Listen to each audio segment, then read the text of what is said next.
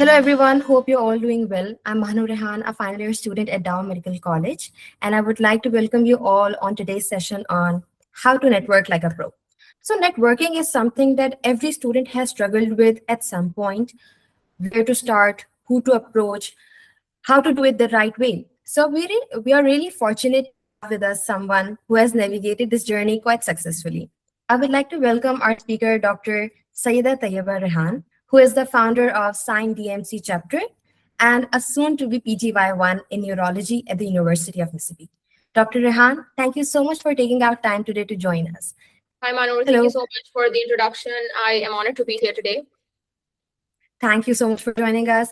So, before I begin, I would like you to introduce yourself to our audience briefly, if that is possible, a little more about yourself. Yeah, absolutely. It's honestly, it's lovely to be on this side of the mic this time, and it's awesome to see you hosting this. I'm Tayyaba. I am a 2024 graduate from Dow Medical College, and after graduating from Dow, I did my house job from Civil Hospital Karachi. I went to US for my US clinical observerships, and then I continued the USMLE and the whole match journey. And I recently matched into University of Mississippi. So I am incoming PGY-1 at UMFC. Great, congratulations on matching. So I would like to begin our conversation with the question that is most frequently asked, especially by students who are just beginning their networking journey.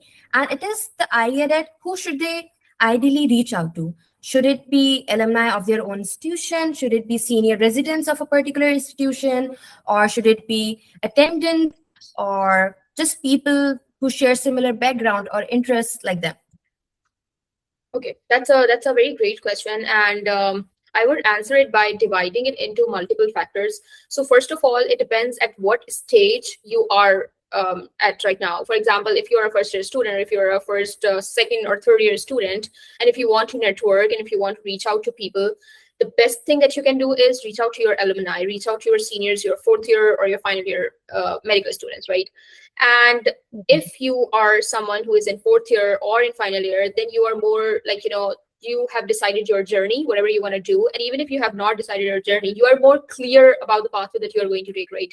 So whatever speciality you are interested in, try to network with the residents, right? Try to network with the people who are doing residency in your own med school, in your hospital, in adjacent hospitals, in your country, right? And then the other factor that you can put forward while you are networking is that decide decide wherever you want to end up, right? And that's not especially for people who are in first to third year of med student. But for people who, let's say, they want to do USMLE, so just don't reach out to people who are already in US, right? Just try to reach out to people who are in the process, who have been there wherever you are right now, right? Who have walked in your shoes before. So I would suggest don't jump on reaching out to attendings, consultants, right? And that honestly also depends on what you are trying to ask them. For example, if you are just trying to get information about studying neuroanatomy, then you will again reach out to your alumni, your seniors, right? Fourth year, final year students. And if you're trying to know more about, is USMLE for me? Is it something that I want to pursue? Is this residency for me or not? Then try to reach out to the presidents. They are the best people, right? And then if you want to work on some research projects, let's say if you want to rotate with someone, then reach out to the head of department or whatever consultants or attendings. And then especially for the people, I have seen them, they are right now, the thing that I'm seeing, unfortunately, is that they are not prioritizing or they are not giving importance to the residents or attendings, whoever are in their country, right? And they are just reaching out to people in US or people in UK. This is not the right approach. I mean, this is... I would suggest this is a very stupid move. Try to first make good connection with people from other med schools, from people who are in your adjacent or neighboring hospitals, right? And then go on, I would say, if you are studying in Karachi or if you are studying in Lahore, then try to reach out to people who are in other cities, right? Who are in Islamabad, who are in Lahore, in other cities, right? Try to network with them first and then reach out to people. Move step by step. Don't try to jump and try to email people at UT Southwestern when you don't know stuff, right? Don't do this. Do a stepwise approach. See whatever you are going to ask, if this is the relevant person. If you are just looking for a step one guy, don't reach out to attending, don't reach out to residents, just look out whoever has done recently step one or passed a step one exam. So yes, I would summarize this by saying you should know whatever you are going to ask, and you should know at what position that person is, right? And start it by step by step. All right, so this means that we need to start closer to us and then extend our network, right? Absolutely. All right, so now when we know that who to approach, like the next big question comes is about the platform. Because today, as you know, there are multiple platforms where we can communicate with people around the world. We have LinkedIn, Instagram, Facebook, and even in-person interactions at conferences. So in your experience, which platform, which communication medium has been most effective? So in general, I would suggest the most professional platforms to reach out to people is LinkedIn or emailing them. But it does not honestly depends on platform. It depends on whatever you are trying to reach them out for and the way you are reaching out. Like, let's say you are writing a very stupid message and you are sending it on email or LinkedIn, it does not matter. What matters is that how you are writing it and the sincerity with which you are approaching the other person, right? The respect that you are showing. For example, if somebody approaches me on email, if somebody approaches me on LinkedIn or Instagram, Facebook, that does not matter to me. But if you have approached like, hey, you haven't introduced yourself, or you just have said, I'm XYZ, I want observerships. Can you help me with observerships? This is the stupid thing to do, and I would never respond to that person, or nobody else would respond to that person, right? So I believe, honestly, some people don't use Facebook or Messenger. Maybe sometimes your messages go in spam or something. So the most useful platform would be LinkedIn or doing email. But for your immediate seniors, try to reach out to them in your own medical events, like, med school events, like whenever there is any gala, any dinner, anything, conferences, try to reach out to them through those events. But other than that, emailing is a very good way of reaching out to people when it comes to if they are someone not from your med school and you want to reach out to them. But be very respectful. So I would rather mold this question into how you should reach out to them, what you should be doing, right, and what you should not be doing, which is very important for I think for today's med students. So first thing is that number one, without a say, introduce yourself, say hello, introduce yourself. And I would say if somebody is referring you, if somebody said you to contact them, do bring that up, right? Say that XYZ person asked me to contact you or something. Always do that, right? That makes an impression. So there was this girl, she approached me and she said that my brother asked me to contact you, and I didn't know who the brother was. She never mentioned who the brother is, and I was so clueless. And I was like, girl, mention about your brother if your brother is asking to contact. So I mean, first, after your introduction, this part should come where you write about whoever asked you to contact them, and then you should not just jump into I want observership. This is the most stupid approach, right? This is so mean and rude for the other person. You should be very respectful towards who they are. Try to mention that, okay, I got to know about you through this, and I appreciate your journey that or whatever you have been through. But make it short. I don't go into the, oh, I read all your 60 publications, I went through all of your LinkedIn and profiles. That's a lie, right? Don't do that. Don't go into this detail, but do mention in a sentence that I really appreciate that whatever you have been doing for this community or for med school or for whatever. And then come to a point, and don't just, even now, don't just throw it like this that I want observership. Be very respectful and be very mindful about this thing, that the observership is not something that is hanging with the tree and they're gonna pick it and give it to you. This is not appropriate. Even if somebody has done any observership, they would have worked really hard to get it, right? So ask them if you can send your CV to them, right?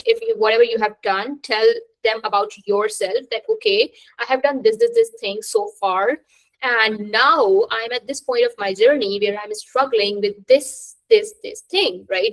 Whatever it is research or observation or whatever. And then ask them, since you are so experienced, could you please help me with that? Can we schedule a short call?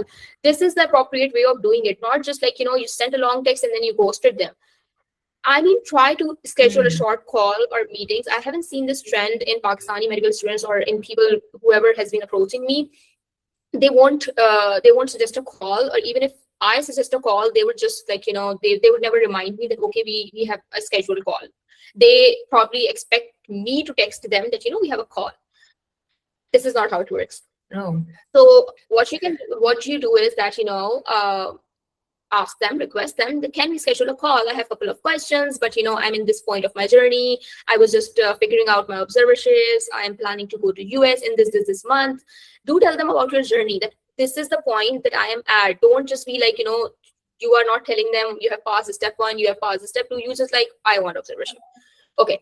And then after telling them, okay, this is the point, and can we schedule a short call at whatever time you're free? And then give them the respect that I totally understand that you must be busy. So whatever time suits you, I will make myself available. And then regards, and then your name. So this is the way you should be approaching. These are all the key components. And then attach your CV, right? Or maybe just write a single line. If you want to know more about me or about my journey, I am happy to share my CV with you. Okay. And then send it over LinkedIn or email or whatever platform you want. All right. Thank you so much for sharing such a valuable insight, because a lot of students do get confused on what extent of information do they have to share about themselves. So this brings me to my next question. As we discussed about in-person interactions at university gala, webinars, or conferences. So a lot of students actually struggle with initiating a conversation. It's basically the first step to go up to someone senior than you, who has obviously achieved way more than you, who is a senior, and how to share about yourself when you don't have big publications to your name, or have done something just out of the box. How do you initiate that first step? Okay, that's a good question, and I feel like this is the most common myth that we have in our society of medicine, that you should have a stellar CV whenever you are approaching someone. This is true. Okay, if you don't know people, if you're a first year student, if you're a second year, third year, or even fourth or final year student, and you haven't done anything in your life, let's say, even then, if you will start approaching people, that's how you will learn what to do, right? You are not coming into med school, either you are a nepo kid, you know everything, or you are going to learn, right? That's how you're going to learn. That's how, if you talk to people, that's how you're going to learn, right? So I would say that, don't be embarrassed if somebody is trying to teach you something. If there is a senior and they're asking about your CV, you should be very open. It's not an embarrassment. They are trying to teach you. They are trying to guide you. They are trying to make your life, right? So number one thing, this should be very clear in your head. Number two is that way you won't hesitate. You won't be like, oh, I don't have anything on my CV. How should I approach? How should I start this conversation, right? So when you're clearing your head. So secondly, just try and talk like a normal human being. You just don't need to say that, hey, I have done this thing. Can I talk to you? If they're a nice person, they will talk to you. If they're in a conference, just go to them, just say hello, just say that, I'm a fourth year student and I'm here for this conference and I looked at your work. This is amazing. Can you tell me more about it? How did you get the idea to start this project? This is mainly about conference, right? Or even if you want to start a conversation online, or, you don't have, let's say you don't have conferences at your med school and you want to start the conversation online, then you can do it by you just showing the interest that, okay, they are a final year student, you are a fourth year student. Just ask about their annual dinner, just ask about what was your I don't know what we call it, grad week was like, and ask about the events, ask about the normal things, right? You always don't need to be like, tell me about research, tell me about medical stuff. Just start the normal conversation and then build a human connection over time. Don't be like, okay, मैंने इसको approach किया है first time and that's like, gonna be the best जो मुझे connection बनाना है वो आज ही बनेगा वरना नहीं बनेगा. ये नहीं होता. Step by step connection बनता है. सालों तक आप connection चलाते हैं. वही connection जो है वो बहुत genuine और sincere connections होते हैं. I'll leave it with this. Yeah. All right. Thank you so much for answering this. So if we talk about research networking in particular, what stage should the idea ideally be in? Could it be just a concept, or does we have to work on a methodology and analysis plan before sharing our idea or asking for a research opportunity? What would you say about that? Okay. That's a good question. I mean, for a research project, try to, if you have an idea, if you have a topic, and if you want to present it to a senior, and if you want to ask about their opinion, that's a good thing. If you do it in the initial stage rather than if you don't know anything about research and you keep going, and then you approach a senior at the end stage and they say this is a useless project, then you'll be heartbroken and all. So it's a good thing if you are initial conceptual stage, you can approach your seniors, but try to compile and organize all the information that you have gathered so far in a very presentable way, I would say, right? If you have a topic, try to do a literature search on your own. Your senior is not gonna literature search for you, right? Try to gather as much as literature is available and try to put it in an Excel sheet properly in an organized way, in columns, whatever columns that you want to make, title, author, year published, and the information that is needed. If you're approaching them for a meta-analysis, then ideally you should be approaching with the PICOS criteria. If you're approaching them for a letter to the editor, you should be telling them the purpose of your project, right? You should be telling them that this is the idea and this is the purpose. And what can be the purpose? The purpose can be anything like, I have searched PubMed, I searched Google Scholar, and I could not find a single meta-analysis. That's why I feel like there is a need that we can publish. And I have done this work so far. So whenever you have some time, can we schedule a call? And or can you have a look at it, or what do you think about it, right? So I think this is the way. You don't need to complete your whole project and then send it. Of course, if there is someone like attending, or if if they are very particularly known about just reviewing the projects, then in that case only approach after you have written the abstract and you have completed the project. But if you are someone who is has just started the research journey and you need seniors, like you need other med students, other seniors, other residents to review or to work on your project or to approve your idea, right? In that case, just go with the first approach. All right. Okay. So if I talk about professional relationships, like now we know how to approach them, who to approach, what to write in our emails, or even in in-person interactions, how do we approach them? So now when the senior or attendant has answered your queries, has helped you initially, what do you think, how to sustain that relationship? Because obviously they receive so many emails, so many messages, and they could be great person, very friendly, very humble, and are always open to help students, juniors, but obviously they will forget your name in a week or so, or max at a month. So how do you maintain that relationship without bothering them, especially with a senior like a doctor and attendant? Okay, yeah, that's a very good question. And first of all, don't think of yourself as a celebrity, right? Nobody's going to remember your name, right? Why do you think somebody will remember your name? What are you, right? So be very humble about it. Just try to introduce yourself whenever you're approaching them. If you have that relation with them, like after a month or 2 or 3, that they can recall you with your name, so then stop doing that. That would be awkward to every time say, hey, I'm Tayyaba.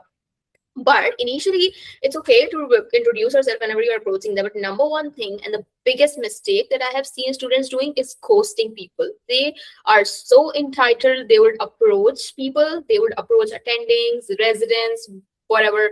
And then the other person would reply to them, and then they would ghost. Like, there was somebody who approached me on WhatsApp some time ago, and they were asking me about some things, and I replied to them, and I was like, hey, how about we do a call about this, right? I cannot type all the things.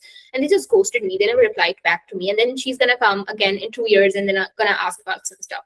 So this is so unprofessional. Like, you are literally ghosting the other person. The other thing is that I have seen that if you have scheduled a call with someone, let's say, and then the day arrives, the time comes, and then you are waiting. They are not going to call you, buddy. What are you thinking? They are going to call you. They're going to send you the reminder that, okay, I'm going to call you. You are the celebrity. No, you have to remind them at least 2-3 hours before the actual call time that, hey, we have this scheduled time. Are you still available? And then they will reply to you, whatever. And then at the time, whenever, you have scheduled a call at 8 p.m., then text them respectfully, are you available? Can I call now? This is the respectful approach. Why do you think that, they're going to call you, or they're going to drop your text at 8 p.m. that, hey, we have a call scheduled? So that's very wrong.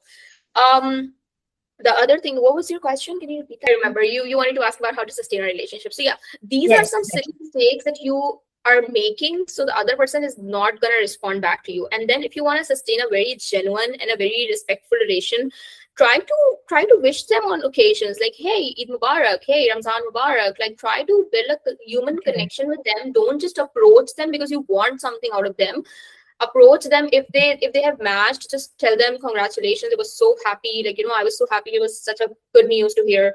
Or if they have achieved something and you got to know if they've graduated, just congratulate them, just ask them what are you doing, if you need any help. Like, you can also help your seniors. I mean, I just don't understand the concept that only your seniors are going to help you, right? So just ask them if you want any help. I know you're going through the math cycle, I know this process can be hard, and if you need any help. So this is a genuine human connection that you can build with your seniors, with the people. And honestly, I'm telling from my experience that I have great seniors, but the connection that I have built with them was like, it took 2 years, it took 3 years. And then we had such a beautiful connection that I would be living with them, I would be hanging out with them.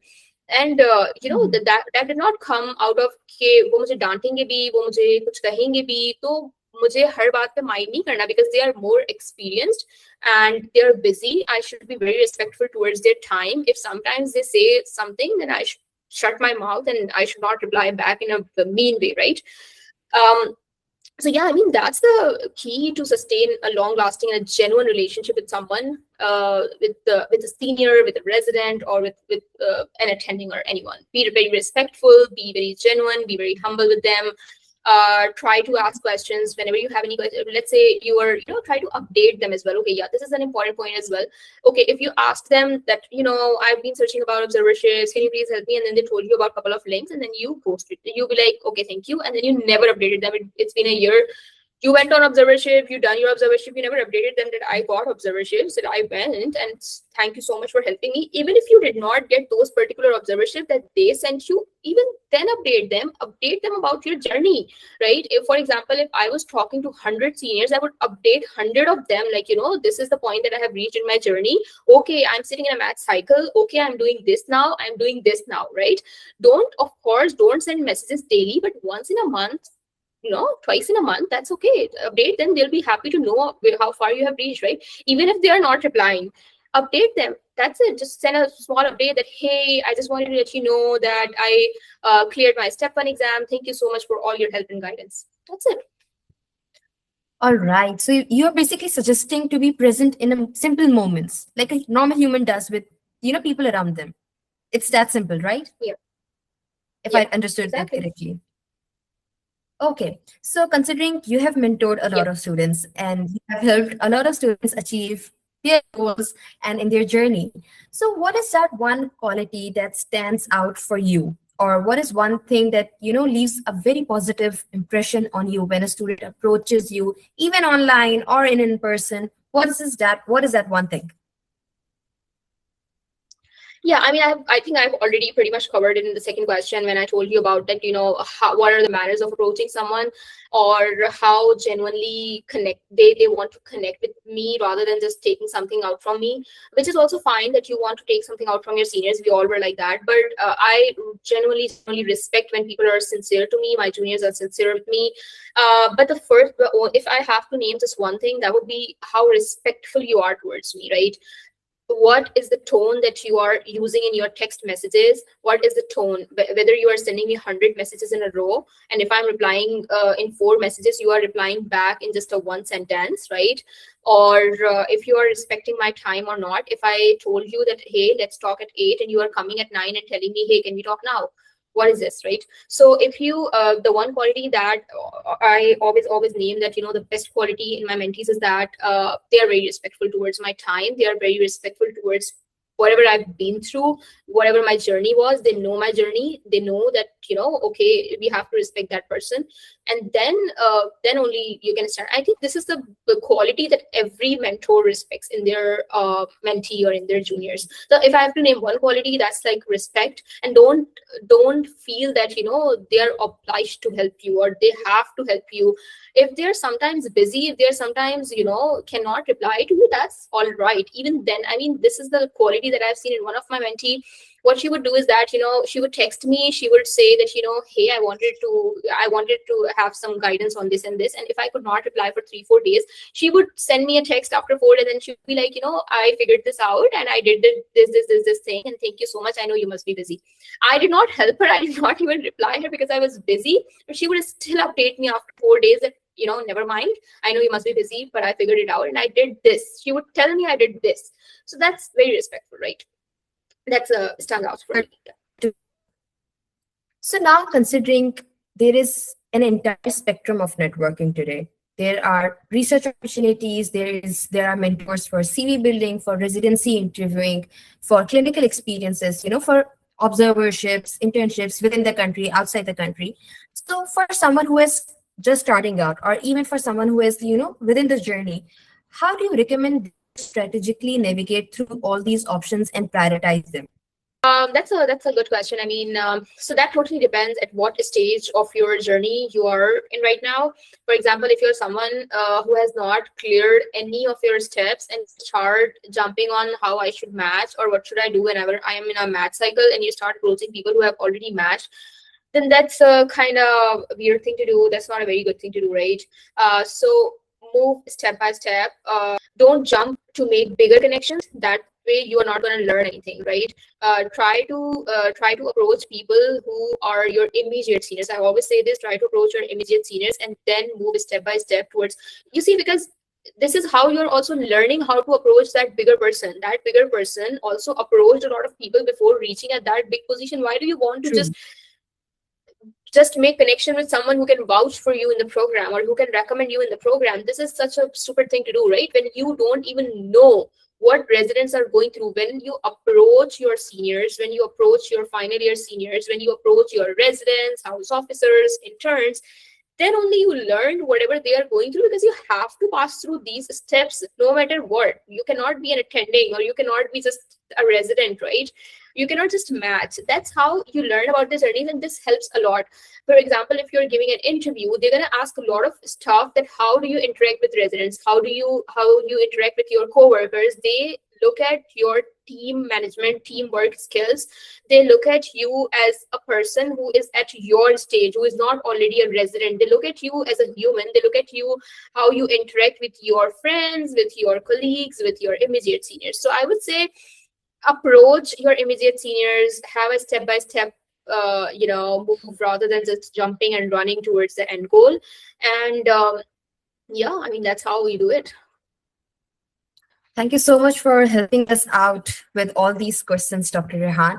Um, I would like to sign off saying that networking has always been very intimidating experience for students who are just beginning their journey. But sessions like these, mentors like you, help it break it down into steps in a way that is approachable, that is accessible to young kids who are just entering medical school. So thank you so much for joining us today, Dr. Rehan.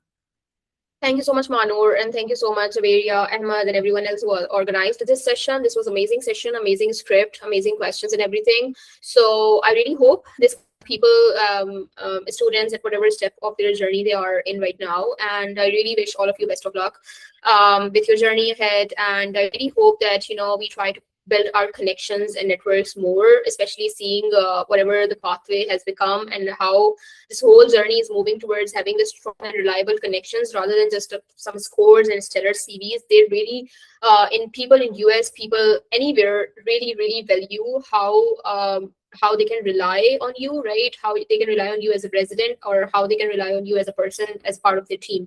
So we all need to understand this thing, and we all need to build that personality that people can trust us, people can rely on us, and then we need to approach people with that same respect, and we need to show them that we are a reliable person. I am a reliable person. I am a trustworthy person, and that's the only way. I mean, to excel in after getting all the academic excellence done. I know a lot of people who focus on academic excellence more than the networking, more than the communication skills, and then they don't end up at the place that they want to end up at, right?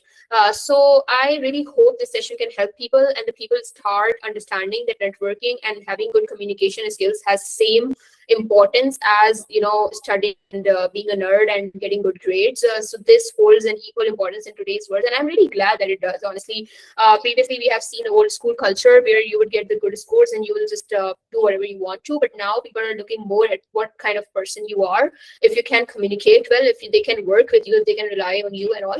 So yeah, I'm glad that you guys organized this session, and I really hope this can help people with their journeys. Thank you so much. It was lovely. Thank you so much, Dr. Rehan. Take care. Goodbye. Thank you so much, everyone, for joining us on this episode. If you want to watch more videos like this, please subscribe our channel and keep supporting. Thank you.